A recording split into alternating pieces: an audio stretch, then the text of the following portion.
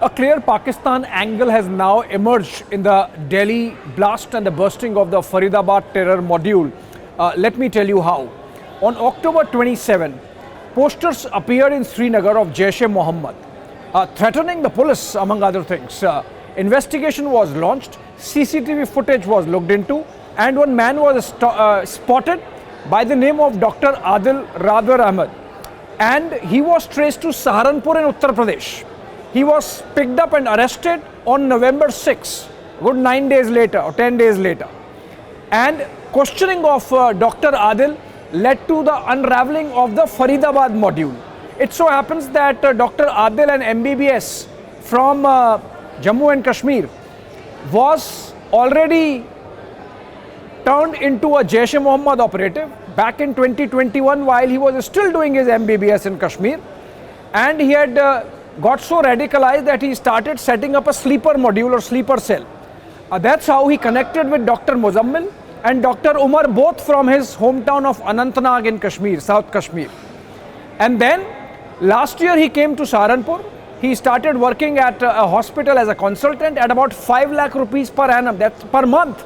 That's not a small amount of money, which means these are not poor people. These are well-educated, middle-class background, well-earning people who have turned radical and then terrorists. Radical first and then terrorists. So these people came together.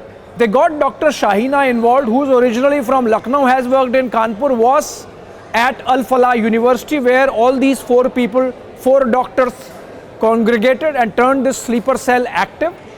Possibly post Operation Sindoor, collected all the mayhem-causing material, including 400 kgs of ammonium nitrate, almost 3 tons worth of war stores material that could have gone into, had gone into bomb making. And when Adil was arrested, it led to this terror module. The agency swooped down on Faridabad on Monday. A major crackdown was parallelly going on in at least 10 districts of Kashmir Valley. And that's when Muzammil was arrested, Shaheen was arrested.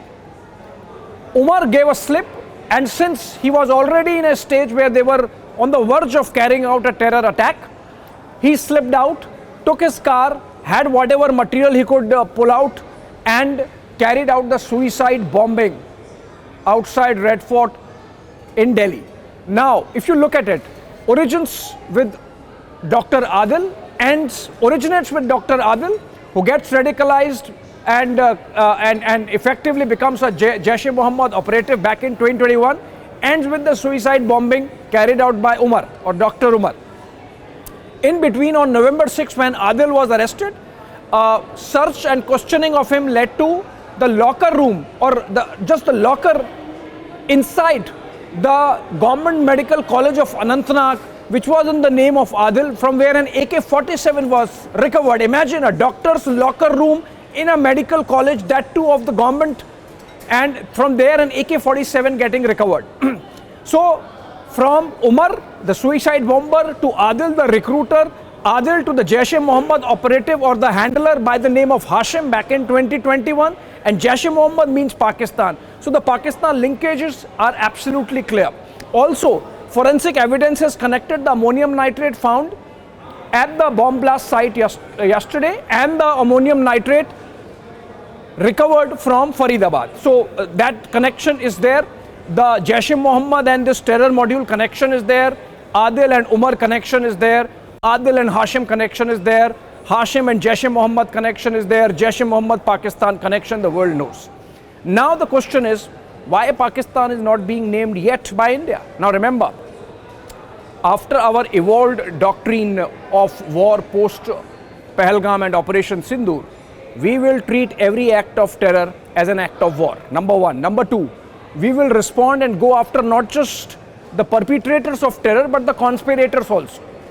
Prime Minister Modi, Union Home Minister Amit Shah, and Defence Minister Rajnath Singh, all, if you look at their statements in the last 24 hours, reiterate the exact same thing, that we will go after the perpetrators and we will go after the conspirators. We will not leave anyone go unpunished. So obviously, if that has to happen, we have to tell the world that, look, this is the evidence. So meticulous evidence gathering is happening, and some of it is already coming out in public domain. Couple of those points I mentioned.